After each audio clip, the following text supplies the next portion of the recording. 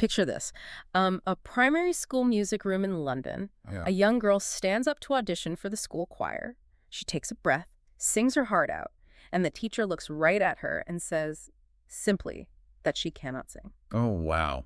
Brutal. Right. Just rejected on the spot. Now, fast forward to the year 2026. A very different picture. Completely. That very same girl is a global pop icon. She holds 3 Grammy Awards, 7 Brit Awards. Yeah. She boasts over 40 billion with a B streams across her entire catalog. It is staggering. And she is fresh off a massively successful stadium-filling world tour. Oh. And she just got married in a lavish £1.3 million multi-day celebration in Sicily. Right. Plus, she commands an estimated net worth of £90 million. So, okay, let's unpack this. Let's go. How does a rejected 9-year-old build a £90 million empire? Well, she does it by fundamentally rewriting the contract of what a modern pop star is allowed to be. Exactly. Today, we are opening up a massive stack of sources for this deep dive. We've got biographies, discographies, tour reports, industry analyses. The whole stack. Yeah, to really track the ruthless, highly calculated rise of Dua Lipa. You definitely know her from the radio. You'd have to live under a rock not to. True.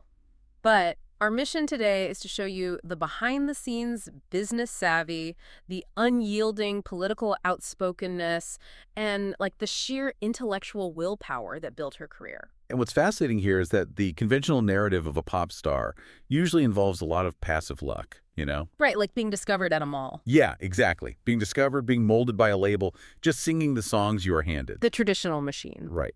But as we dig into these sources today, it becomes incredibly clear that this is a story about an architect. An architect, I like that. This is a blueprint of modern celebrity.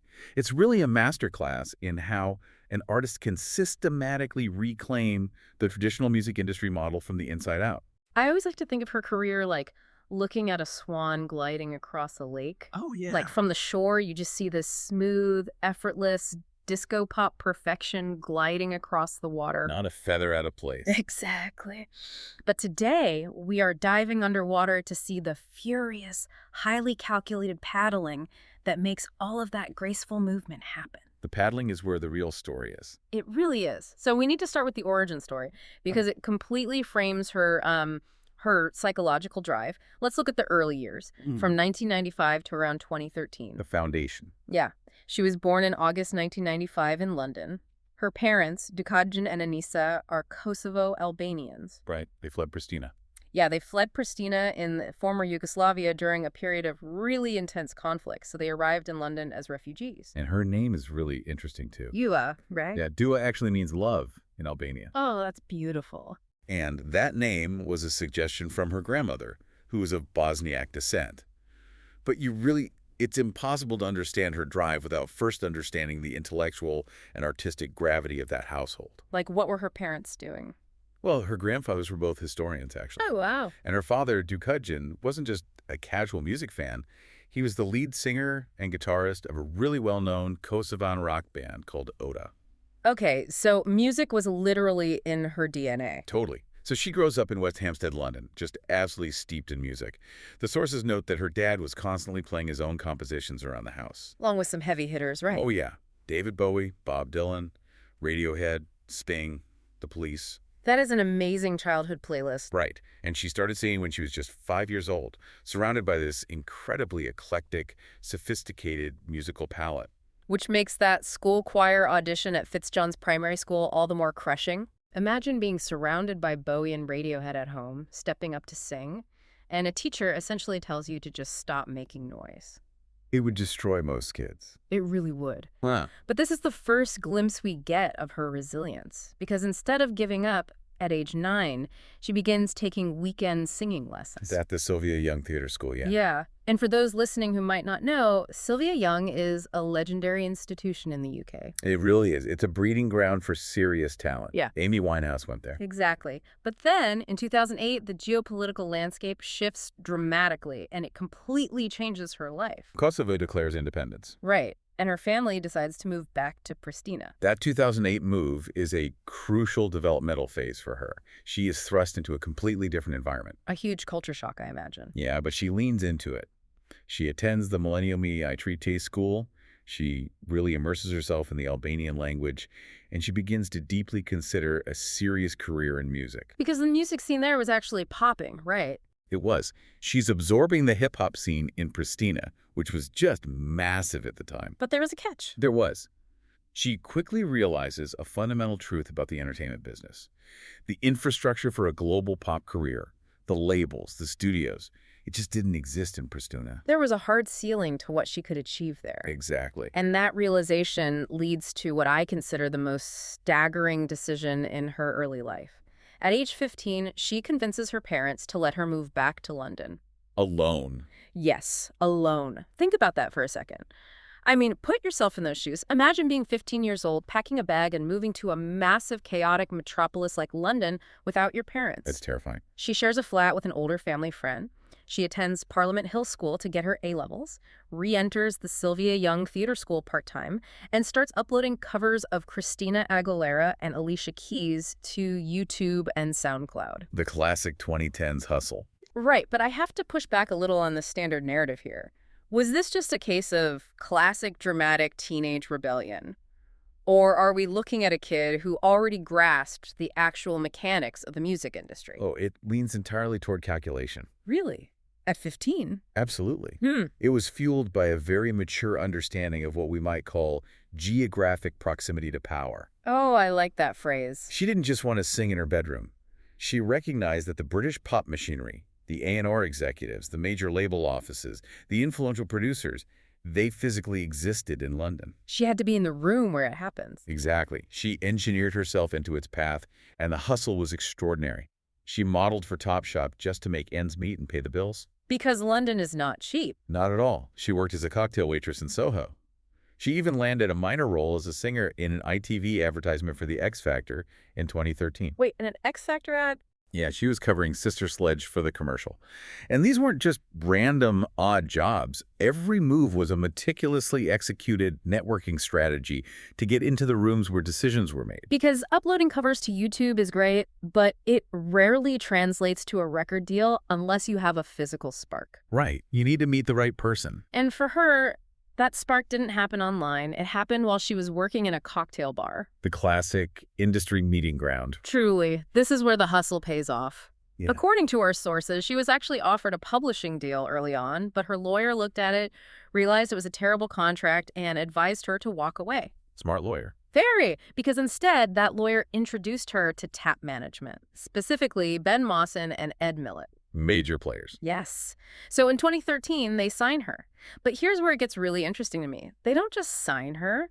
They offer her a monthly salary so she can quit waitressing and focus entirely on the studio. Now, if we connect this to the bigger picture of the music industry, that detail is staggering. Why is that so unusual? Because management companies generally operate on commission. They take 15 to 20% of what an artist earns. So if you make nothing, they make nothing. Exactly. They do not act like venture capitalists fronting a salary unless they see an astronomical, undeniable return on investment. It's incredibly rare. Wow. They must have seen something massive in her. They saw a raw talent that just needed time to incubate without the stress of paying rent. And that incubation period paid off quickly. How quickly? Well, during one of these early management-funded writing sessions, she co-writes a song called Hotter Than Hell. Oh, that's a great track. That specific track was the proof of concept. It secured her major record deal with Warner Bros. Records in 2014. I was looking at the details of that Warner signing, and what struck me is that they didn't just sign her to see what would happen. They essentially cleared the deck for her. Yeah, they had a very specific goal. Ed Millett from her management team later said she signed with Warner Bros., partly because they didn't have a big female pop artist at the time. Right, they had a gap in their roster. They desperately needed one to compete with the other major labels. It wasn't a standard, let's throw pasta at the wall and see what sticks signing. They wanted her so badly that she had the full, undivided focus of the entire team from day one. That's a vital distinction. When a major label signs an artist, they often sign dozens of acts a year, hoping one or two hit the jackpot to pay for the rest. The shotgun approach. Exactly. But Warner treated her differently. They needed a franchise player. They dedicated their top A&R people, artists, and repertoire, the executives responsible for pairing artists with the right producers and songwriters, to meticulously build her sound. So it wasn't an overnight success, it was a build. A very deliberate build. In 2015, they released New Love and Be the One, which find solid, respectable success in Europe. Testing the waters. Yeah. Then in 2016, they drop Last Dance and Blow Your Mind, which finally gets her onto the U.S. Billboard Hot 100. Okay, so the strategy is working. It was a slow, deliberate build. They were refining her brand and preparing for the massive cultural explosion of her self-titled debut album in June 2017. And we cannot discuss that debut album without talking about the absolute monster that was its 6th single. Oh, yes. New Rule. A phenomenal track. That song completely shifted the pop culture landscape. Okay. Wait, let's just pause on the fact that it was the 6th single. Usually labels give up after the 3rd or 4th if it doesn't smash. Right. But they pushed it, and it became her first UK #1 single. And to put that in perspective, it was the first UK #1 by a female solo artist since Adele's Hello in 2015. That is a massive drought to break. And the music video. It currently sits at over 3 billion views. What's fascinating here is how New Rules really showcased her unique songwriting methodology. How so? Ben Mawson, her manager, noted something incredible about her studio sessions. He said that with most artists, you might get half a good song out of 10 writing sessions. That sounds horribly inefficient. The strike rate is usually very low in pop music. But with Dua Lipa, he said 1 in every 4 or 5 sessions produces an absolute banger. She is incredibly efficient. She comes into the studio with distinct, fully formed concepts. And sonically, her husky, low register, she calls her style, dark pop, gave her this sultry, commanding tone. It really stood out. It completely cut through the typical high-pitched, sugary radio noise of the late 2010s. It totally recalibrated what a pop anthem sounded like. And that momentum leads directly to a historic night at the 2018 Brit Awards. It's a huge milestone. She receives 5 nominations, which makes her the first female artist in history to ever achieve that in a single year. Incredible. And she walks away with British Female Solo Artist and British Breakthrough Act. Later that year, she collaborates with Calvin Harris on One Kiss. Another absolute giant of a song. It stays at #1 in the UK for 8 consecutive weeks. It becomes the best-selling song of the entire year. You couldn't go anywhere without hearing it. But I want to pause here, because when you reach that level of hypervisibility, the internet inevitably comes for you. Oh, yeah. The backlash is practically scheduled. And she faced a truly intense wave of public scrutiny during this era. She did. The internet ecosystem can be brutal for a newly minted pop star. In 2018, the American talk show host Wendy Williams mispronounced her name on national television as Dua Peep. Dua Peep. I remember that. It instantly became this massive meme. It did. Now, she actually handled that with a lot of grace and embraced the nickname, but another viral moment was far more damaging. The dancing video. Yeah. Someone left a YouTube comment on a video of her performing New Rules at the Brit Awards. The comment read, "I love her lack of energy. Go girl, give us nothing." Ouch. That exact phrase became a pervasive, inescapable meme. She became the subject of intense, widespread ridicule for her stage presence. People were ruthless. They essentially accused her of being a stiff, manufactured product who just couldn't command a stage. But I have to wonder, is it really just about her deciding to work harder after that? Or did she just finally get the major label budget to hire the world's best choreographers? Well, it's a bit of both. Because the sources emphasize that instead of retreating or letting her PR team handle it with some glossy statement, she used this ridicule as absolute fuel. She did. She has openly credited that specific "go girl, give us nothing" criticism as the catalyst that drove her to intensely, obsessively improve her live performances. Like I said, it's a combination of both. You cannot discount the sweat equity here. Yes, the Warner budget allowed for elite choreographers, but you still have to put in the grueling physical hours. You still have to do the squats. Exactly. She essentially took that humiliating narrative and decided to physically train herself into one of the most athletic, commanding live performers in the industry. She completely retooled her stamina. And she absolutely needed that physical endurance because the real test of a pop star was looming. Right. The true test isn't the debut album, it's the dreaded sophomore slump. The make-or-break moment. You have to prove to the industry and the public that the first album wasn't just a fluke engineered by producers. You have to show you have a distinct artistic vision. And she was ready for it. But she had to execute the second album during the most chaotic, unpredictable, global event of our lifetimes. The pandemic. Exactly. Now, she started working on it with a crystal clear vision. She wanted to create a dancer-sized record. I love that term. She was pulling inspiration from the music she loved as a teenager. Gwen Stefani, Madonna, Outkast, Moloko, Blondie. She conceptualized a nostalgic, heavily synthesized pop record. And initially, the rollout was a textbook execution of hype building. Perfectly planned. In late 2019, she drops the lead single, Don't Start Now. It goes massive, eventually earning the longest top 10 stay for a British female artist on the UK singles chart. Such a groovy bass line. She follows it up with Physical and Break My Heart. The momentum is building perfectly. The industry is watching her avoid the sophomore slump in real time. And then March 2020 arrives. the COVID-19 pandemic shuts down the entire globe. Everything just stopped. So many artists delayed their albums during that window. They panicked because they couldn't tour to promote the music. Which is how they make most of their money. Right. But she chose to push forward. She released the album Future Nostalgia in late March 2020, right as billions of people were suddenly locked inside their homes. It was a very bold move. And when you look at the industry data from this period, the chart statistics are incredibly bizarre. How so? For instance, Future Nostalgia holds the 21st century record for the lowest one-week sales while sitting at the absolute top of the UK chart. Oh, really? Yeah.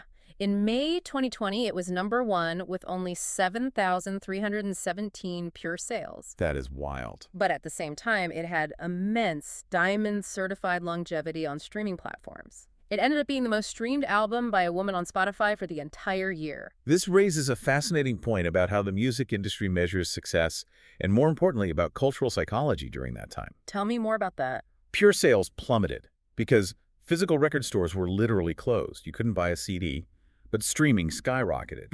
And psychologically, Future Nostalgia is inherently a club record. Built for the dance floor. It is built on the four-on-the-floor beat of 1970s disco. It's infused with 90s house music. It's designed for a crowded room. Which was illegal at the time. Right. She released a definitive club record at a time when every single club on the planet was legally mandated to be closed. It's so ironic. Yet, rather than flopping because people couldn't dance together, it became a lifeline. It provided a sense of kinetic escapism for millions of people trapped in their living rooms facing immense global anxiety. Like dancing in the kitchen. Exactly. They couldn't go to the club, so she brought the club into their headphones. And she didn't just stop at the audio. She created a visual world for people trapped at home. In November 2020, she put on the Studio 2054 live stream concert. Oh, that was a massive event. She brought in guest appearances from Elton John, Kylie Minogue, Angèle. It wasn't just a webcam in a living room, you know. Oh, it was high art. It was a massive, high-production disco television special. It set a Guinness World Record for the most tickets sold for a live-streamed concert by a solo female artist. She essentially figured out how to monetize a captive global audience. She really did. This era also gave us the absolute juggernaut that was Levitating. Ah, yes. That song dominated radio and topped the Billboard year-end Hot 100 chart for 2021.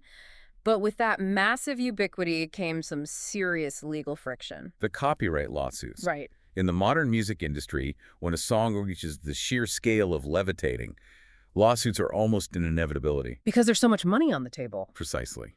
In 2022, a reggae band called Article Sound System filed a suit claiming Levitating infringed on their 2017 song Live Your Life. And what happened with that one? That particular suit was eventually dropped with prejudice in 2023. But there was a second, more complex suit filed by songwriters L. Russell Brown and Sandy Linzer, who claimed the track infringed on their 1979 disco song Wiggle and Giggle All Night. Let me jump in here because I really want to understand the mechanics of this. Sure. It's like someone suing you because you both built a house using red bricks. You didn't steal their specific house, you just used the standard building materials of that specific neighborhood. The neighborhood being 1970s disco. Exactly. So when an artist makes an album that is explicitly intentionally designed to sound like a bygone era, an album literally called Future Nostalgia, where does the law draw the line between homage, drawing upon the tropes of a genre and actual copyright infringement? You've hit on the defining legal struggle of modern pop music right there. It seems so subjective. It is. When you intentionally evoke a specific era, You are utilizing the chord progressions, the rhythmic bounce, and the bass line structures that literally define that genre. You have to use them or it doesn't sound like disco. Right. So proving that a specific melody was maliciously stolen, rather than just being a common mathematical combination of notes inherently found in a disco track, is incredibly difficult. That makes sense. The musical vocabulary of disco, the syncopated bass, the specific tempo, is a shared language. What is copyrighted is the specific expression of that language. The exact sentence, not the words. Beautifully put. That's why these lawsuits often drag on for years in discovery or ultimately get dismissed. The line between vibe and theft is incredibly blurry in a court of law. It's fascinating. And while she's navigating this legal maze right at the absolute peak of the future nostalgia phenomenon in early 2022, she makes a move that shocked the industry. The management split. She parts ways with Tap Management. She leaves Ben Mawson and Ed Millett. The very people who pulled her out of that cocktail bar. Yeah, the people who fronted her a salary and built her into a global superstar. It is a profound, high-risk pivot. I mean, why do that? You have to ask, why leave the management infrastructure that built you right at the zenith of your commercial success? Exactly. Why fix what isn't broken? Historically, an artist makes this move when they feel they have outgrown the apparatus, or, more commonly, when they want total, uncompromising control over their brand equity and their future assets. She wanted the steering wheel. She realized she no longer needed a middleman.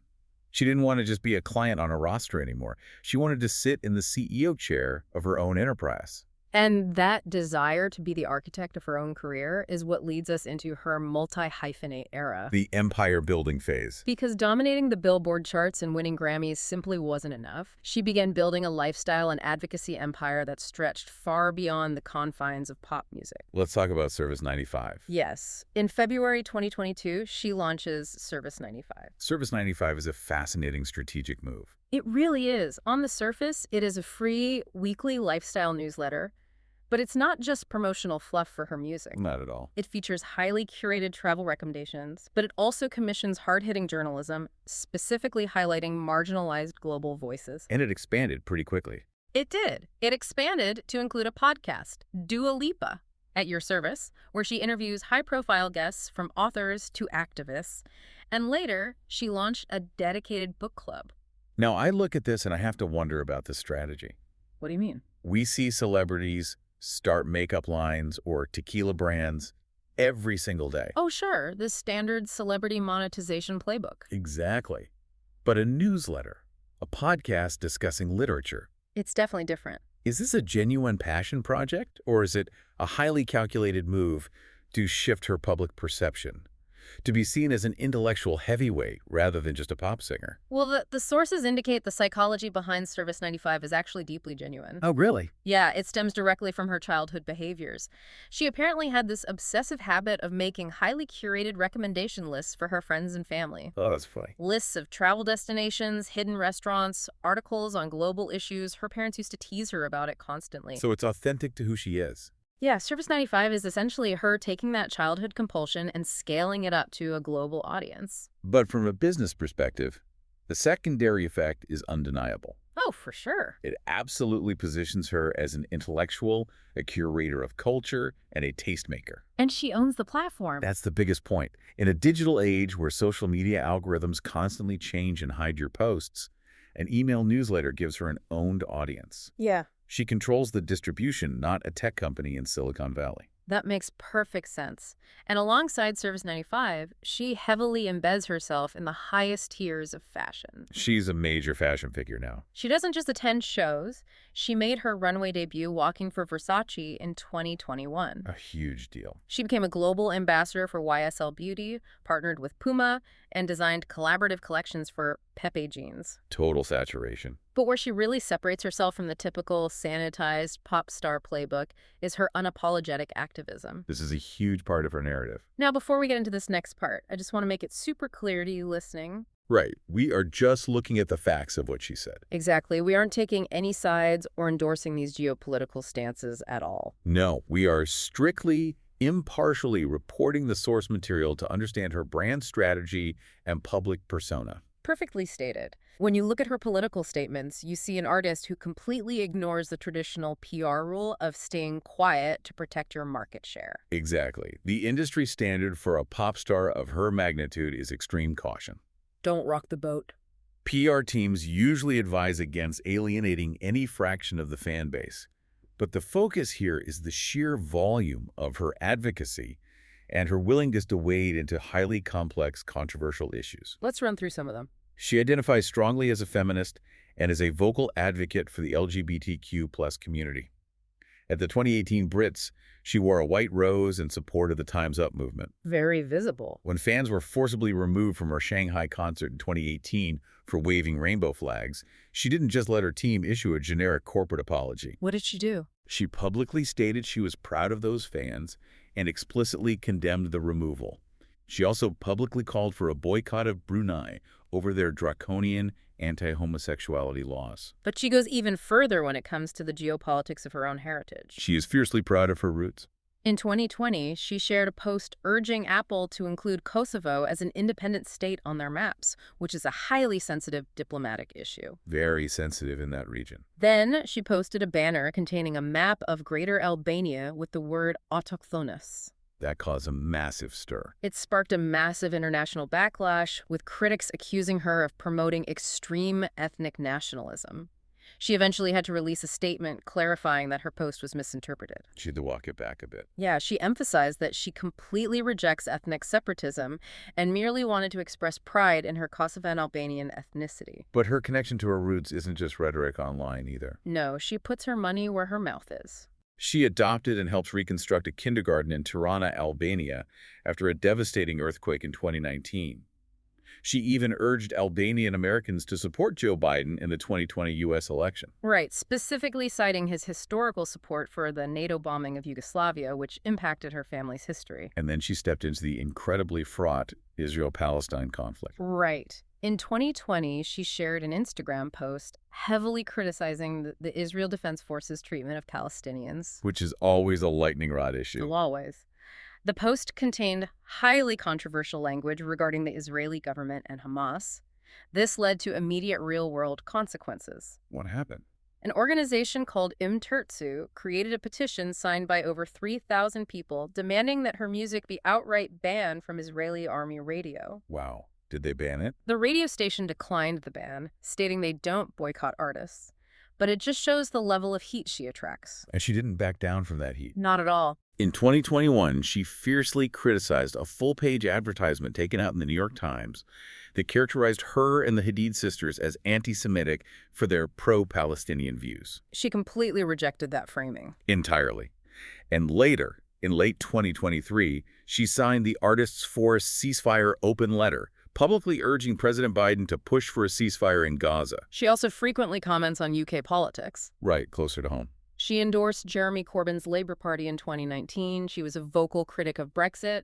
And in 2022, she publicly shot down rumors that she would perform at the Qatar World Cup. Specifically calling out the host country's record on human rights. When you look at all of this, the open letters, the boycotts, the geopolitical map tweets, you have to analyze the risk and reward. It's a huge risk. She is actively risking commercial alienation. She is guaranteed to lose some listeners over these stances. That's just the math of taking a side. But paradoxically, in the modern landscape, does this actually strengthen her brand? Absolutely. Yeah. In an era saturated with highly manufactured focus group pop stars, authenticity is the most valuable currency. People want to know who you really are. By proving she is willing to risk her commercial bottom line, speak her mind, she garners a much deeper, almost ferocious loyalty from a generation of fans who demand their idols stand for something. She sacrifices passive listeners to gain a mobilized core. That is exactly the trade-off, and it works for her. Which brings us to the ultimate flex of autonomy and power in the music industry. The big business move. Because her desire for control culminated in a massive historic business maneuver.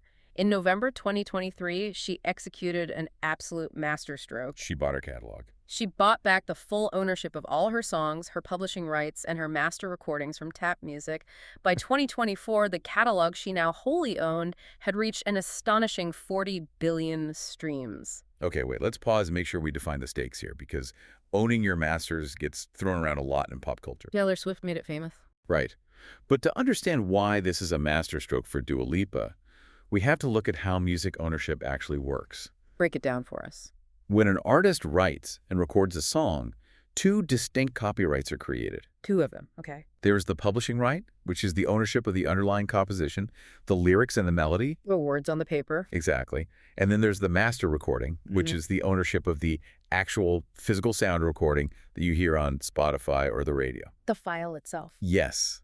Historically, record labels and management companies keep the master recordings in exchange for funding the artist's career. Okay, explain it to me like I'm 5. If I own the publishing but not the master, what does that actually mean for my bank account? If you only own the publishing, you get a cut when the song is performed or covered by someone else. Okay.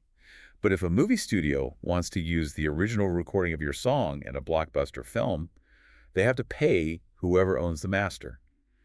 The owner of the master controls how the actual recording is monetized and distributed. Oh, so they hold the real power. Exactly.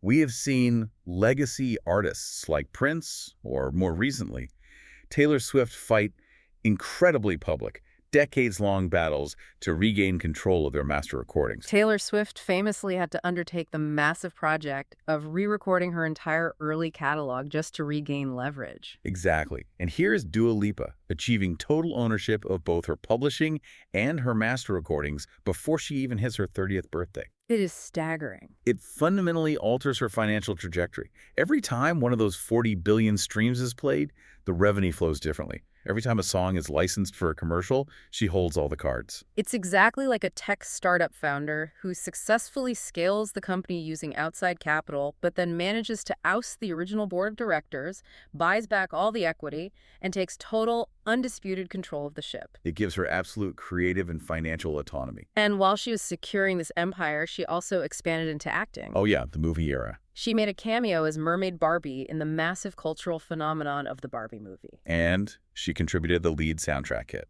Dance the Night, which basically drove the film's promotional economy. She also appeared in the spy comedy Argylle. She is diversifying her IP everywhere. And then in May 2024, we get her third studio album. Radical Optimism. Radical Optimism represented a highly anticipated sonic shift. She co-produced it with Kevin Parker of Tame Impala, along with Danielle Harle. Quite a pivot from the disco sound. Yeah, the sources show the album was heavily influenced by 90s Britpop, trip-hop, and psychedelia. It produced some great singles like Houdini, Training Season, and Illusion. And the title has a great backstory. She explained in interviews that the concept of radical optimism was a term introduced to her by a friend. It's the philosophy of weathering any storm gracefully and confidently navigating through the chaos of life.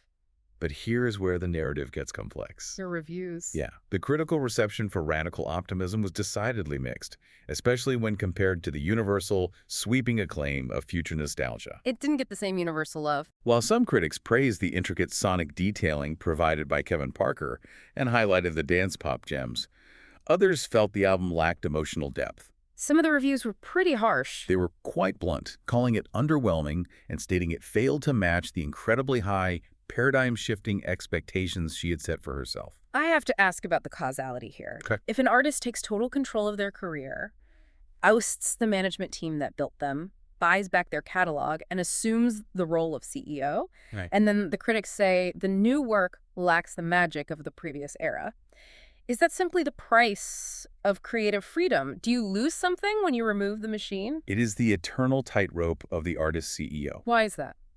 When you have a massive, sprawling A&R team and a veteran management structure around you pushing back on your ideas, editing and refining your work, you often get a highly polished, universally palatable product. Which is exactly what future nostalgia was. Exactly. But when you take the reins completely, the product becomes undeniably, authentically yours. But it also exposes you directly to critique without the buffer of that machine. The buck stops with you. You own the successes, but you also own the creative missteps. However, we have to look at the metrics, because from a commercial and touring standpoint, the era was an absolute smash, regardless of the critics. Oh, completely. The numbers don't lie. Radical Optimism debuted at #1 in the UK, scoring the biggest opening week for a British female artist since Adele's 30. A huge debut. And the tour was a behemoth. The Radical Optimism Tour ran from November 2024 all the way through December 2025. Massive global run. According to Billboard box score data, it grossed $141.1 million in just its first 59 shows. That is astronomical revenue. Plus, she headlined the Pyramid Stage at Glastonbury in the summer of 2024, which is the absolute pinnacle of British live music. A career-defining gig. She also played a special, highly acclaimed orchestrated show at the Royal Albert Hall. The visual production of the tour was staggering, featuring custom-designed outfits from Chanel, Balenciaga, and Jean-Paul Gaultier. The sheer scale of it proved her drawing power hadn't diminished at all, despite the mixed reviews. Which brings us directly up to the present day, 2026, where her life and career have reached yet another echelon of power. She is operating at the absolute highest level now. In May of 2026, she filed a $15 million lawsuit against the tech giant Samsung over the unauthorized use of her image on their television boxes. That lawsuit is such a clear indicator where she is at mentally. How so? She is no longer just a singer happy for the exposure. She is fiercely protecting her brand equity. She knows what her face is worth. She understands the value of her likeness, and she has the legal machinery to take on a multinational conglomerate. And her personal life in 2026 mirrored that massive scale. The wedding. In May 2026, she married British actor Callum Turner. They had a relatively quiet civil ceremony at Marylebone Town Hall in London. But they didn't stop there. Oh no. They followed that up in June 2026 with a wildly lavish £1.3 million three-day celebration in Bagheria, Sicily. Just a casual £1 million party in Italy.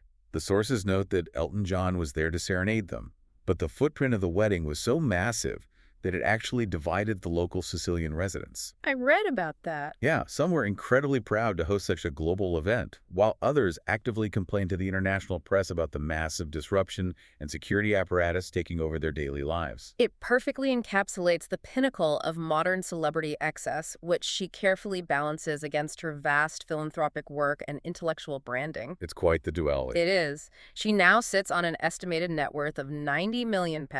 She proudly holds dual citizenship in Albania and Kosovo, and she reigns over an empire that effortlessly spans music, publishing, fashion, and international activism. So if we look back at the scope of these sources today, what is the ultimate takeaway? That's the million-dollar question. Her career is definitive proof that pop music does not have to be a vacuous, disposable product. It can be a tool. It can be utilized as a brilliant Trojan horse. You pull the listener in with a flawless, hypnotic disco bass line, and once you have their attention, once they are dancing, you use that massive platform for lifestyle curation, geopolitical advocacy, and savvy business ownership. She didn't just learn how to play the industry game. She effectively rewrote the contract. Let's synthesize this incredible journey. We started with a teenage girl sitting in a London flat, uploading Christina Aguilera covers to YouTube, trying to engineer her way into the music industry. And we end with an honorary ambassador of Kosovo. A woman whose song One Kiss is literally chanted by thousands of Liverpool Football Club fans as a stadium anthem. And an artist CEO completely, unequivocally in charge of her own 40 billion stream catalog. It is a fundamental shift in the balance of power. She recognized the machinery, utilized it, and then she bought the factory. That's exactly it. And that leaves us with a final provocative thought for you to mull over as you go about your day. Something to think about. As we look at the rapidly changing landscape of modern entertainment, Dua Lipa's pivot to publishing with Service 95 and her aggressive, successful acquisition of her own master recordings suggests a totally new template for future artists. A new path forward. The question for you to explore isn't just what her fourth album is going to sound like or who will produce it. The real question is whether the traditional record label system can even survive the next decade. That is the big unknown. When the artists realize they don't just need to be cogs inside the machine, when they realize they can build and own their entire ecosystem, what happens to the gatekeepers? They might become obsolete.